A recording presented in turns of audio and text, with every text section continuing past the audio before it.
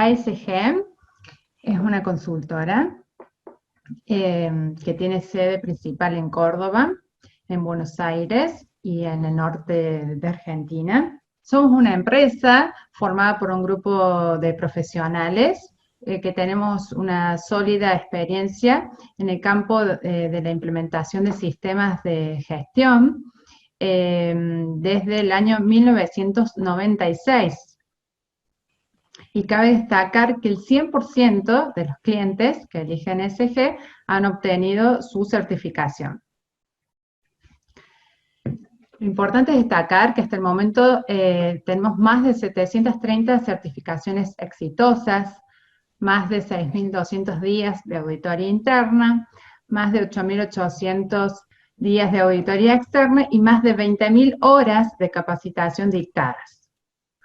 Y somos socios de la CAB, de la Cámara de Turismo de la provincia de Córdoba, de SIECA, de Bureau Veritas, Vistage, Córdoba Technology Cluster, IRAM y algunas otras empresas más que nos acompañan. Y estos son los principales servicios que brindamos desde ASG. Como verán, hay muchísimas normas en las cuales los acompañamos, desde calidad con ISO 9001, medio ambiente, en seguridad alimentaria, en ingeniería de software, evaluación de proveedores, gestión de activos físicos, calidad turística, seguridad de la información, eficiencia energética, seguridad laboral, mejora y optimización de procesos, control de contratistas, mystery shopping, seguridad vial, gestión integral, RCE, servicios de IT, auditorías, staffing y capacitaciones.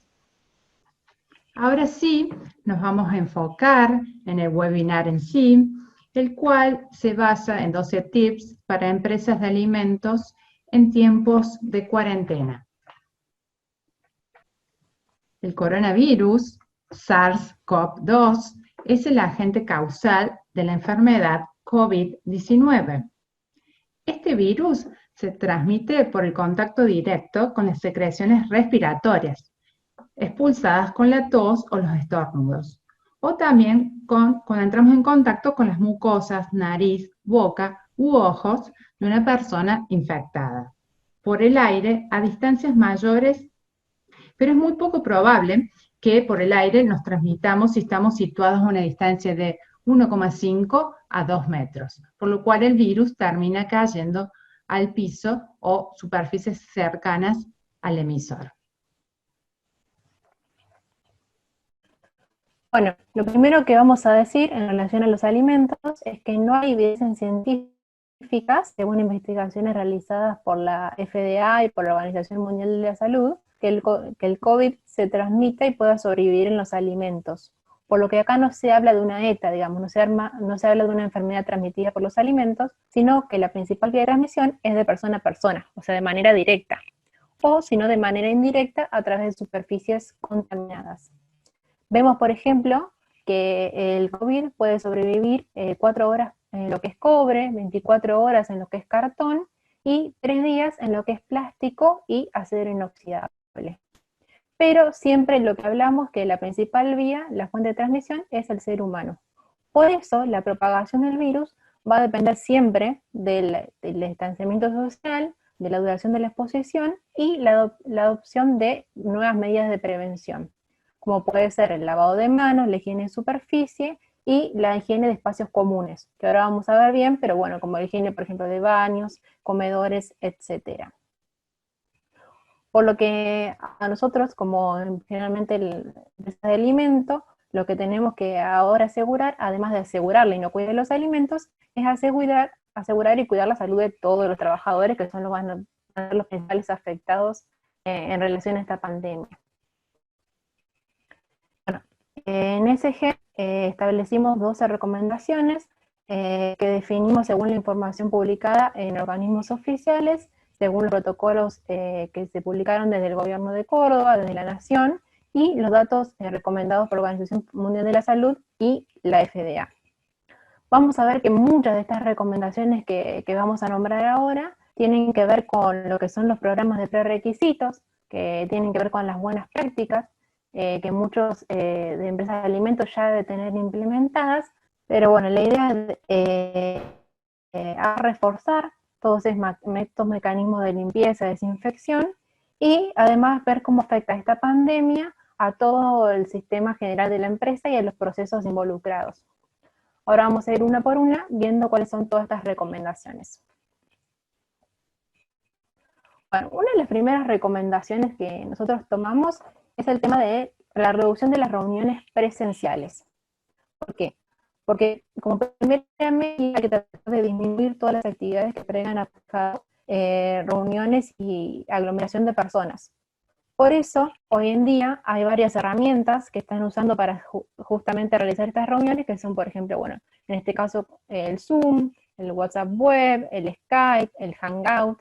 Bueno, son todas herramientas que ayudan a mantenernos conectados en esta cuarentena, digamos.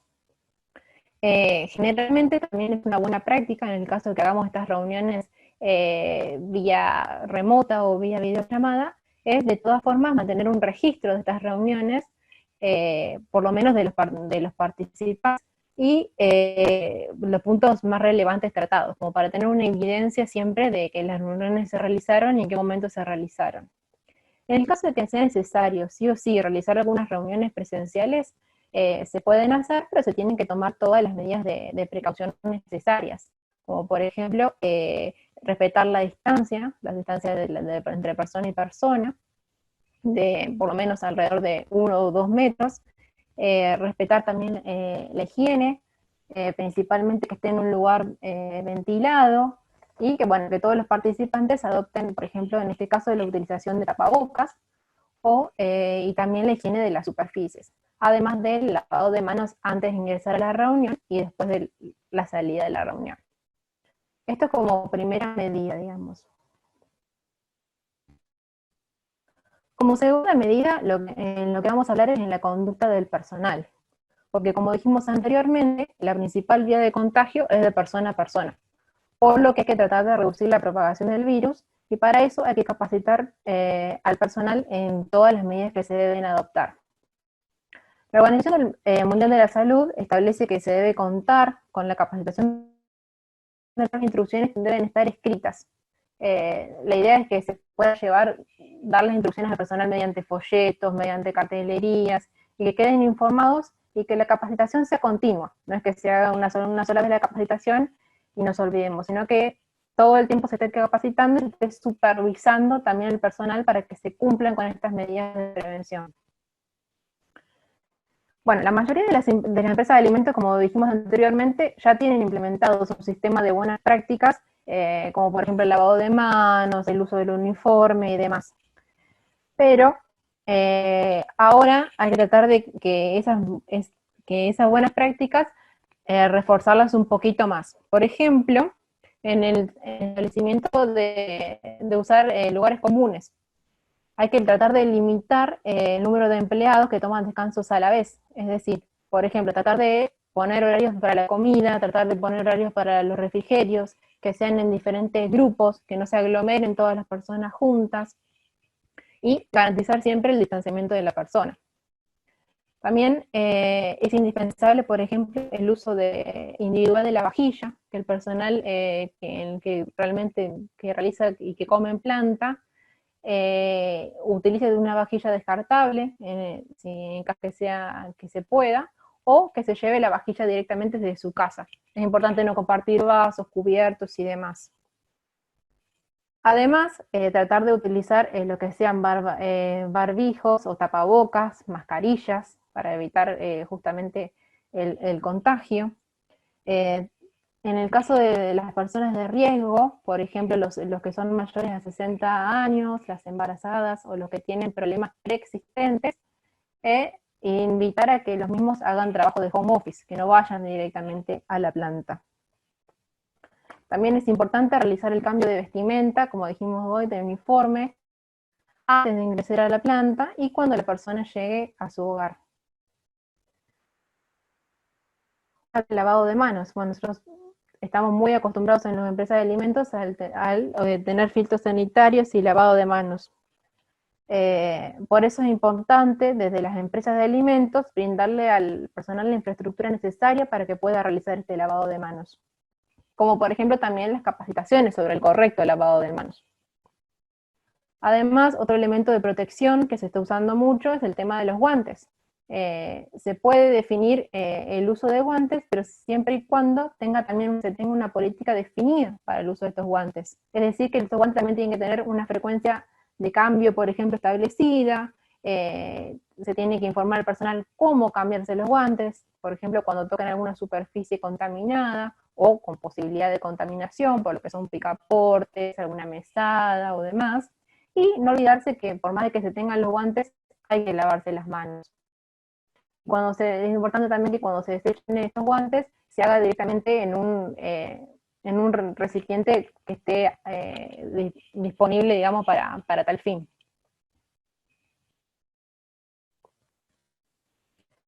También hay que evaluar cómo la persona se moviliza desde la casa y hacia el lugar del trabajo. Es posible, en lo posible, tratar de evitar el transporte público para ir a trabajar, pero bueno, si la persona no cuenta con otra opción, hay que asegurarse de que se viaje sentado y que se tomen todas las medidas de precaución necesarias. Ahora, bueno, ya es obligatorio el uso de tapabocas también en lo que es el transporte público, pero también es importante de que una vez que se toquen todo lo que son los pasamanos, los asientos y demás, la persona pueda utilizar algún desinfectante y no se toque la cara mientras está viajando, por ejemplo, en el colectivo. También ahora, por ejemplo, la Organización Mundial de la Salud y también el Ministerio de Córdoba, también en el protocolo, lanzaron también unas medidas como para también poder desinfectar el auto. Las personas que viajan en el auto también hay unas medidas de cómo poder desinfectar el volante, los manubrios y demás. También se recomienda no viajar más de 2 personas en un mismo auto, para justamente también no juntarse demasiado y que no que haya una transmisión del virus.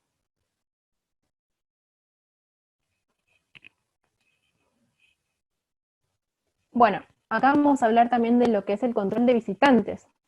Generalmente, como primera medida, digamos, hay que tratar de no recibir personas externas bueno, salvo que sea un servicio sumamente esencial, por ejemplo, algún servicio contratado externo, como puede ser el servicio de manejo integrado de plagas, que son servicios esenciales que sí o sí tienen que ingresar a la planta, pero si no, es recomendable que las personas externas no ingresen al establecimiento.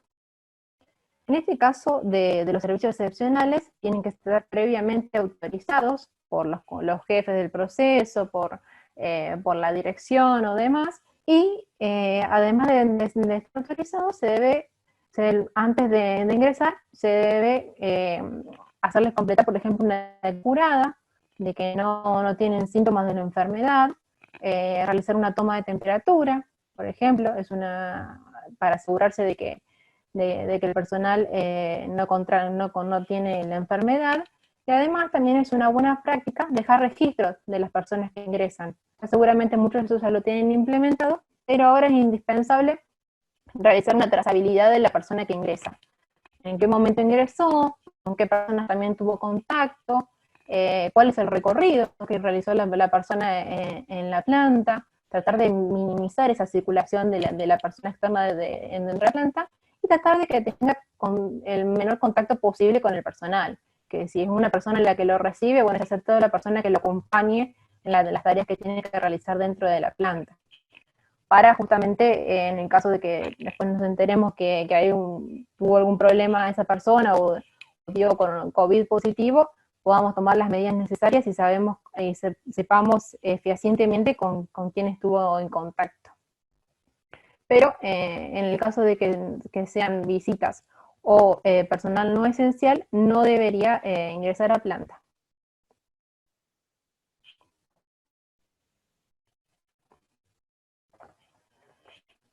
Bueno, en cuanto al tema del manejo de salud de los empleados también y de los visitantes, bueno, como sabemos, eh, primero que tenemos que aislar y tenemos que tratar de reducir la posibilidad de ingreso de las personas susceptibles, como hablamos, o personas que pueden llegar a tener algún riesgo. Y además debemos tener un registro de antecedentes de quienes también de las personas o nuestros empleados que realizaron algún tipo de viaje al exterior o los que tuvieron contacto estrecho con los contagiados o los casos sospechosos. Porque en este caso hay que hacer un confinamiento obligatorio que está establecido por el Ministerio de Salud, que es como una cuarentena. En caso de que una persona haya viajado a las zonas de riesgo o estado en contacto estrecho, debe estar aislada por 14 días. Eso sí o sí y en todos los casos. Además, bueno, una vez que, para las medidas, digamos, que hay que adoptar antes de que el personal ingrese a planta o cuando el personal esté por ingresar, lo primero que hay que hacer es tomarle la temperatura. Hay que tomar la temperatura como medida de prevención de la enfermedad. Generalmente las personas que tengan mayor a 37 grados o algún síntoma vinculado al COVID, como puede ser el dolor de garganta, tos y demás, ahí directamente hay que actuar, no se puede, la persona no va a poder ingresar a planta y pues se puede llamar a las urgencias, al médico y demás, y ahora vamos a ver bien cómo actuar ante un caso sospechoso. Pero como principal medida hay que tomar la temperatura. Una vez que se toma la temperatura, también hay que hacer que la persona, o tener en cuenta de que se puede a realizar una declaración de salud o de salubridad, en donde establezca que la persona no tiene fiebre, que no tiene ningún síntoma relacionado al COVID-19 y además que no estuvo en contacto con ninguna persona sospechosa o que tenga la enfermedad. Esa declaración jurada tiene que ser personal y en lo posible debería hacerse todas las veces que el personal deba ingresar a planta. Además, antes de ingresar, se le debe proveer un barbijo, o una mascarilla o tapaboca al personal, y en caso de ser necesario, sí o sí, tiene que proveerse también de alcohol en gel o algún tipo de desinfectante. Tengamos en cuenta que, como dijimos hoy, que ante un caso sospechoso, también se recomienda tener un plan de acción o un plan de contingencia de qué hacer en caso de que una persona tenga alguno de estos síntomas. ¿Por qué? Porque si la persona tiene algún síntoma, debería ser como una situación de emergencia para la empresa. Entonces lo esencial es que se tenga por escrito quiénes van a ser los responsables de las acciones a tomar y qué se debe realizar en cada caso. Como por ejemplo, en el caso de que una persona de sospechosa, lo primero que habría que hacer es aislarlo, llevarlo a una habitación aislada, principalmente con ventilación y que esté desinfectada, otorgarle, en caso que la persona no tenga algún barbijo o algún guante, evitar tocar todas las pertenencias de las personas, porque pueden contaminadas, a tratar de higienizar todas las zonas donde pueda haber estado el personal, por ejemplo, o todo lo que pueda haber manipulado esa persona probable que contiene la enfermedad, y dar aviso también a todo el personal que tuvo en contacto con ello. Es conveniente, generalmente, la otra vez leí un paper también de la Organización Mundial de la Salud, es que se haga por ahí unos simulacros de emergencia para verificar si lo que hacemos y cómo actuamos está de acuerdo a lo que establecimos. Es una buena práctica también porque ya que esto es una situación de emergencia, está bueno verificar para ver si todos comprendemos qué acciones hay que seguir.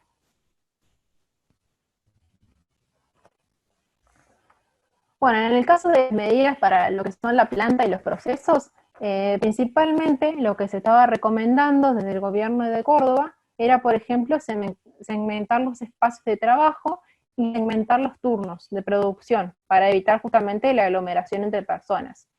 Generalmente se recomienda separar los turnos con las mismas personas, o sea, diferentes turnos con las mismas personas, Y también el protocolo, digamos, del Ministerio de Salud también decía que se podría trabajar 14 días con un mismo turno y otros 14 días con otro turno, como para que los mismos puedan hacer también como una cuarentena, vendría a ser. En caso de no poder realizar, digamos, dicho distanciamiento o esta separación entre turnos, bueno, se tienen que adoptar todas las medidas de prevención necesarias, como volvemos a decir, como la utilización de tapabocas, evitar hablar y conversar en los lugares de trabajo, realizar la higiene necesaria en las superficies, y además tratar de, por ejemplo, en el caso de que esté el personal trabajando en línea, tratar de que no estén enfrentados. Es mejor que estén de costado en vez de que estén enfrentados, justamente para evitar que la exposición, digamos, al virus. También lo que hay que tratar de hacer es, en cuanto a la planta, digamos, y los procesos, es capacitar a todo el personal de administración, a los proveedores, no solamente el personal operativo, sino también a todo el personal de la planta, ya que todas las medidas de precaución y las medidas de higiene las tienen que adoptar todo el personal que está trabajando. Por eso por ahí siempre las capacitaciones de buenas prácticas o de lavado de manos siempre van como asociadas a cierto grupo de trabajo. Bueno, la idea es que ahora se capacite a todos y se recomienden a todos las medidas estas de precaución.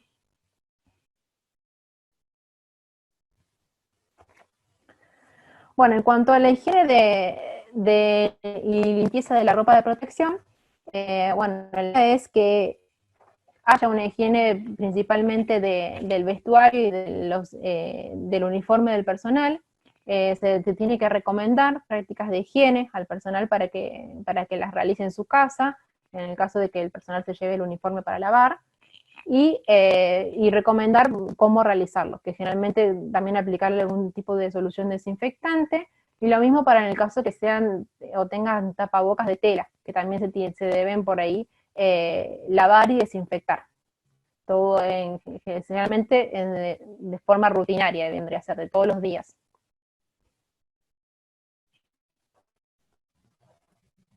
En cuanto a lo que es higiene y de la planta, lo que se de lo que son los procedimientos de limpieza general que tiene la empresa. Generalmente la idea no es modificar los procedimientos, sino como hacer una revisión exhaustiva de cada uno para verificar si es necesario realizar algún cambio. Por ejemplo, nosotros acá en las empresas de alimentos estamos acostumbrados a cumplir justamente con estos procedimientos y tenemos por ahí procedimientos de limpieza para cada área o para cada proceso. En este contexto, como dijimos, es indispensable reforzar esos procedimientos, revisar, adecuar los mismos y hacer un análisis de vulnerabilidad de las superficies que también tenemos en la planta, porque por ahí nosotros podemos ver que por ahí en los procedimientos de limpieza que tenemos en la planta no incluimos por lo que son, por ejemplo, picaportes de los picaportes, los teclados de las computadoras, algunos, por ejemplo, utensilios o demás. Entonces, haciendo una especie de análisis de vulnerabilidad de todas las superficies que podrían llegar a estar contaminadas con este virus, podemos darnos cuenta si realmente nos falta algo, incorporar algo en los procedimientos de limpieza, tenemos que reforzar alguno o no. Pero la idea también es por lo menos aumentar la frecuencia de estos procedimientos de limpieza. Si no es necesario cambiarlos, al menos aumentar la frecuencia. Sí o sí, de entre turno y turno deberíamos hacer una limpieza, principalmente cuando cambia la persona en el puesto de trabajo, ya que bueno, podemos contaminar la superficie, ya que el virus puede durar en la superficie y podemos estar realizando una contaminación cruzada, sino con el personal. También debemos asegurarnos que, además de tener los elementos apropiados y aprobados por la autoridad sanitaria, tenemos que ver si realmente estos productos químicos y demás sirven para lo que es la eliminación del virus, porque nosotros siempre en la industria del alimento siempre estamos acostumbrados a eliminar o tratar de reducir lo que son principalmente bacterias, pero nunca nunca por ahí no tenemos en cuenta el tema de los virus, Por eso, nosotros acá vamos a recomendar un link en donde establecen todos los productos químicos que están aprobados para utilizarse en lo que es industria de alimentos y también para qué sirve cada uno. Y ahí va a decir si sirve para virus, para bacterias o demás. Porque bueno, sería óptimo, digamos, poder incorporar algún desinfectante o demás que actúe sobre este virus.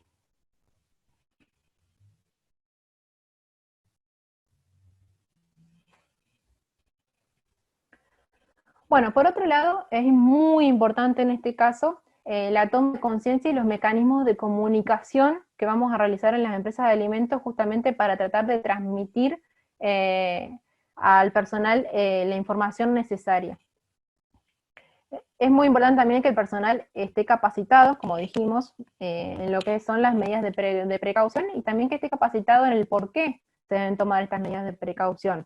Por eso es óptimo tener cartelería informativa, paneles de comunicación, donde se vayan poniendo todas las novedades diarias, ya que bueno, el contexto de la pandemia es muy cambiante, así que es importante tener al personal informado sobre eso.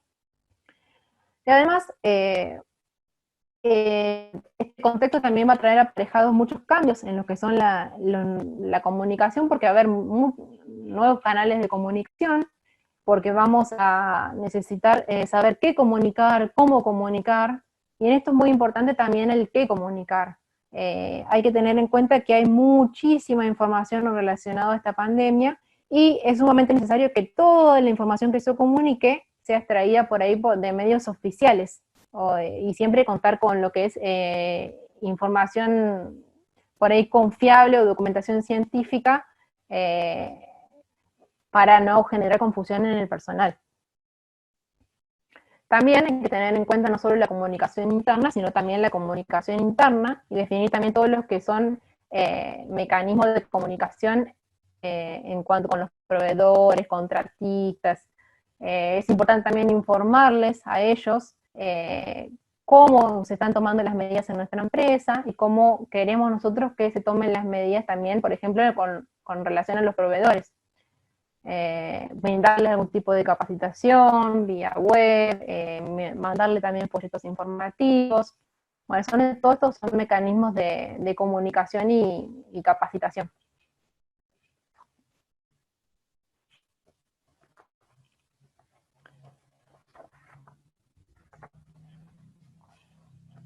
Bueno, por otro lado, tenemos también lo que es la limpieza y el lavado de manos, que como dijimos es muy importante. Ahora al final le vamos a poner un videito de cómo la Organización Mundial de la Salud recomienda cómo realizar el lavado de manos, ya que por ahí es un poco más aburrido el tema de explicarlo por ahí teóricamente y siempre es visual y por ahí al personal le queda más de forma gráfica, por eso es importante también cambiar las metodologías de capacitación.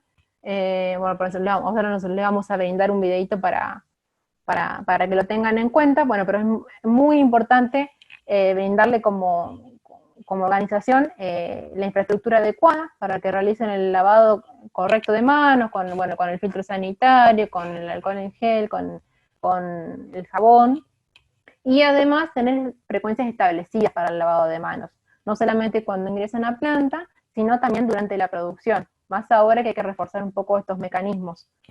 Por ahí es una buena práctica tener algunas alertas para realizar el lavado de manos, que cada media hora vayan por grupitos diferentes a realizar el lavado, y bueno, y es muy importante también lo que es la supervisión del personal para que cumpla con todas estas recomendaciones, digamos. Como dijimos, como dije recién, es muy importante también la supervisión del personal, ya que es una garantía, es la forma de garantizar que las medidas de control se estén cumpliendo. Incluso una opción para verificar y supervisar estas actividades son, por ejemplo, lo que se realizan en empresas de alimentos, que son las auditorías de prerequisitos, por ejemplo, de buenas prácticas. Es una buena práctica para verificar realmente si se están cumpliendo o no las actividades de prevención. Incluso por los que tienen implementados algún sistema de gestión, como por ejemplo FCC o BRC, ya se están exigiendo como requisito que en este contexto de pandemia se aumente la frecuencia de auditorías internas. Así que bueno, ahí ya sí o sí te tienen que aumentar la frecuencia en el plan de auditorías. Pero bueno, principalmente también, además de supervisar, lo importante es dar el ejemplo, porque el ejemplo siempre como fomenta la enseñanza. Así que de parte nuestra o de parte de cada uno, mostrar el ejemplo tanto del lavado de manos como de la higiene y demás.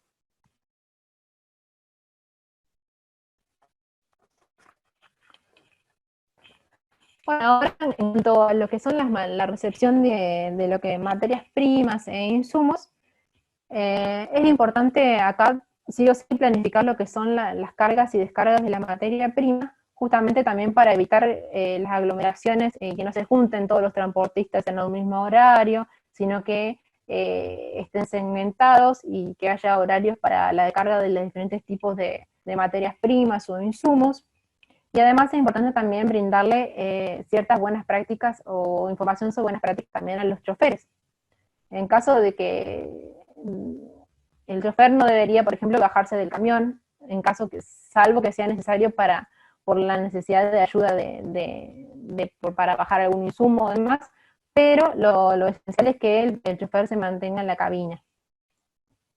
En el caso, por ejemplo, también de lo que hablábamos hoy de lo que son proveedores del servicio, también se deben tomar todas las medidas de precaución al ingresar, como cualquier medida de prevención del personal. En el caso de la recepción y la descarga de la materia prima, sí o sí es necesario que una persona de planta esté capacitada y tome todas las medidas de precaución necesarias para justamente la descarga de la mercadería. Porque como hemos visto, el COVID puede subsistir en lo que es cartón, plástico y demás, entonces es necesario que la descarga esté supervisada por el personal y además se tomen todas las medidas necesarias, como por ejemplo la desinfección del material antes de ingresar a planta. Es importante justamente eso, en caso de que se pueda desinfectar y que la descarga esté en una zona aislada, sería lo mejor para evitar una superficie a lo que es planta.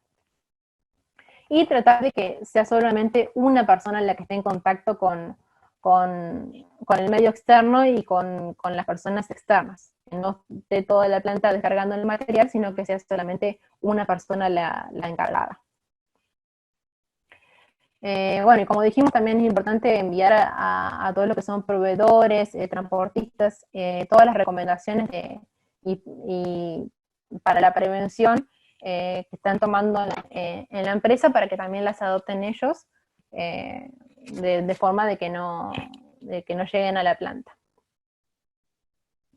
Bueno, acá hay un ejemplo de protocolo que se le puede dar a los conductores y los elementos de seguridad que pueden llegar a tener en el camión, por ejemplo, en la cabina del camión, que en este caso son desinfectantes y medidas para la higiene. Bueno, acá se lo dejamos en el caso de que lo quieran tomar.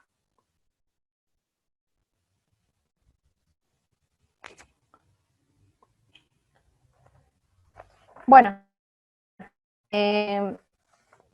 justamente el contexto de pandemia va a traer aparejado lo que es una reestructuración de todos los procesos, como dijimos, de todos los que son los prerequisitos y demás, pero va a traer también un impacto a todo el sistema de la empresa. La idea es que esta pandemia no sea algo aislado, sino que sea una gestión integrada y que sirva para justamente repensar todos los procesos y los sistemas de gestión de inocuidad y calidad en caso de que tengamos implementados.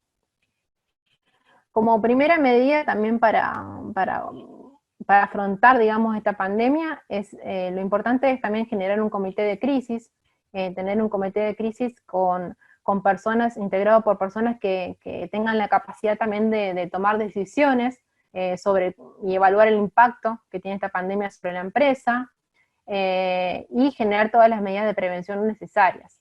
Este equipo siempre está bueno también que sea multidisciplinario, que sea que estén los integrantes de los diferentes procesos de la empresa, pero siempre alguien de dirección o alguien que pueda tener la responsabilidad y que pueda tomar decisiones acerca de cómo seguir y de cuál fue el impacto que generó en la empresa.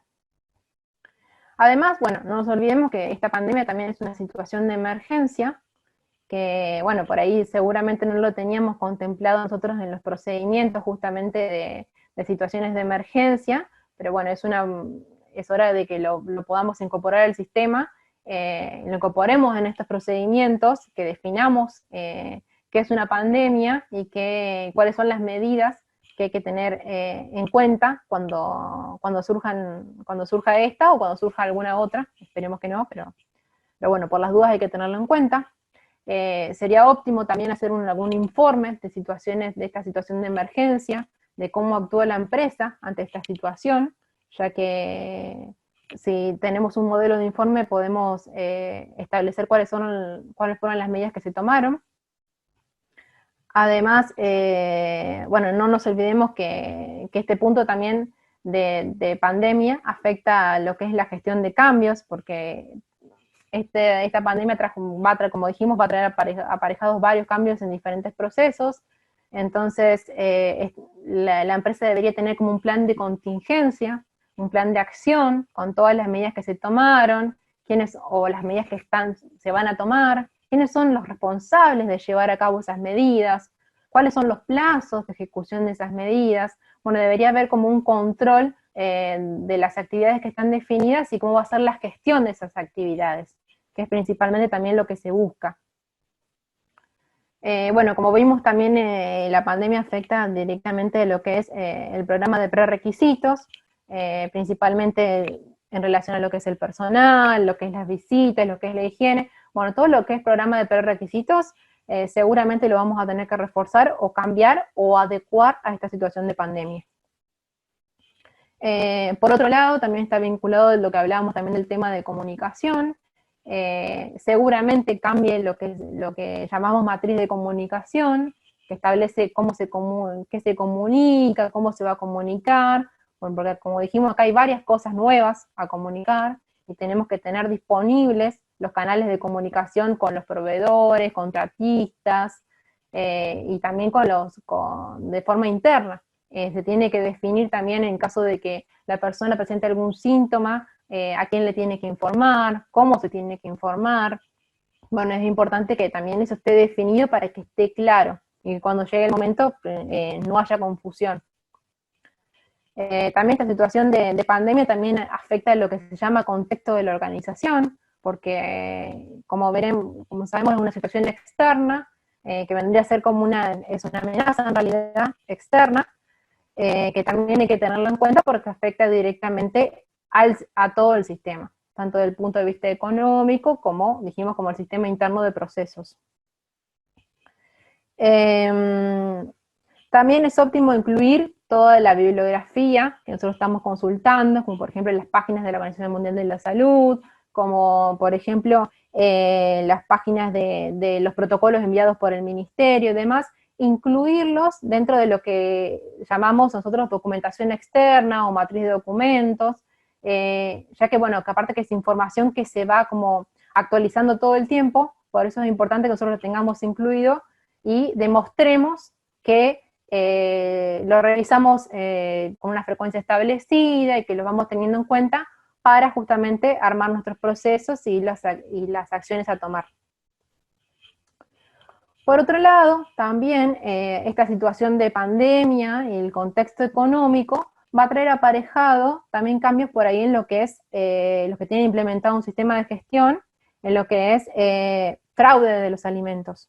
Ya que por el sistema económico, por los daños económicos, muchas empresas van a intentar reducir por ahí costos, o entonces va a haber mayor probabilidad de fraude en lo que son las materias primas. Por eso hay que tener en cuenta también esto y bueno, volver a realizar ese análisis de fraude. Por otro lado, una de las preguntas también más comunes es el tema del recall alimentario. Es necesario realizar un recall en caso de que tengamos una persona que dé con COVID positivo dentro de la empresa?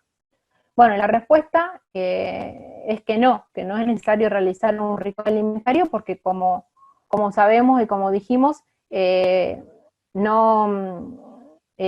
COVID no se transmite hacia los alimentos, por eso que es imposible o por lo menos en los estudios que se han publicado, es imposible que se transmita hacia el alimento y imposible que contamine a alguien. Es por eso que no debemos realizar un recall, salvo que la empresa lo requiera hacer. Pero sí nos van a pedir, los que tienen implementados un sistema de gestión, es que se justifique esto. ¿Cómo se justifica? Bueno, justamente es poniendo las bibliografías consultadas y justamente como estableciendo este criterio de que no se transmite al alimento el COVID, que es solamente de persona a persona. Bueno, esto es la idea en cuanto a los procedimientos claves y la revisión de adaptación, que es principalmente lo que nosotros tenemos que tener en cuenta para modificar los procesos y todo el sistema de nuestra empresa. Bueno, ahí damos por finalizado lo que es el PowerPoint, pero bueno, la idea es que ahora nos cuenten un poco si quieren sus experiencias y nos hagan preguntas o consultas de lo que no se entendió, que bueno, por ahí hablamos muy rápido y por ahí distinto que hacerlo cara a cara, pero bueno, la idea es que todas las dudas que tengas nos puedan ir preguntando mediante el chat, o si alguien se quiere activar el micrófono, puede ser posible. Y bueno, respondiendo también un poco de las preguntas, efectivamente el de control sanitario industrial, estuvimos en la mañana del día de hoy participando un poco en la charla que estuvo, y bueno, hablaban de todo lo relacionado a que sí o sí todas las empresas deben contar con un protocolo, que las recomendaciones que ahí se establecen son recomendaciones y que se van adaptando en la medida de lo posible a la situación real de la empresa, más no eso los exonera de que no tengan ese protocolo de bioseguridad. Se viene algo bastante importante que causó bastante ruido durante la reunión y era referente al manejo de los residuos. En relación, bueno, tenemos, si usamos barbijos o tapabocas, ¿qué medidas estamos tomando? Si usamos barbijos, esos descartables, los colocamos en un cesto distinto, en una bolsa distinta, y una vez que están ya en ese lugar segregado, ¿qué hacemos? Entonces se hablaba un poco de qué gestión deberíamos tener referente a eso, y es algo que bueno, los invito a que estén un poco al tanto de lo que estén informando estos entes de control sanitario y todo esto, para ver cómo seguir. Hablaban de que posiblemente nos tengamos que inscribir como generadores de residuos patógenos, porque se debería gestionar esos residuos así, entonces como que es una de las cuestiones que posiblemente se venga. Silvina nos pregunta, se está hablando mucho de la desinfección de uniformes y calzados, ¿tienen alguna recomendación con qué hacerlo? Bueno, hablaban dentro de estas recomendaciones, hablaban de usar el amonio cuaternario. Durante esta charla indicaron de que no era recomendable, por eso ninguno de los protocolos de ninguna de las provincias lo estaban haciendo. Se están estableciendo reuniones con toxicología para poder recomendar algo más efectivo y adecuado para el humano en sí.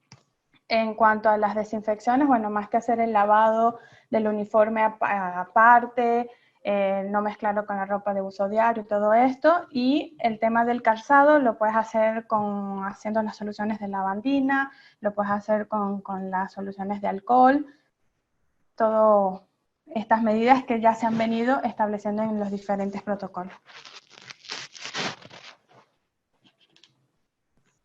Sin omitir claramente todo el tema de los cambios, de aumentar los cambios de ropa, de la frecuencia que tenían establecido. Por ahí hay empresas que tienen colores definidos para días de la semana. Bueno, hacer esa rotación un poco más rápido, o más frecuente, mejor dicho.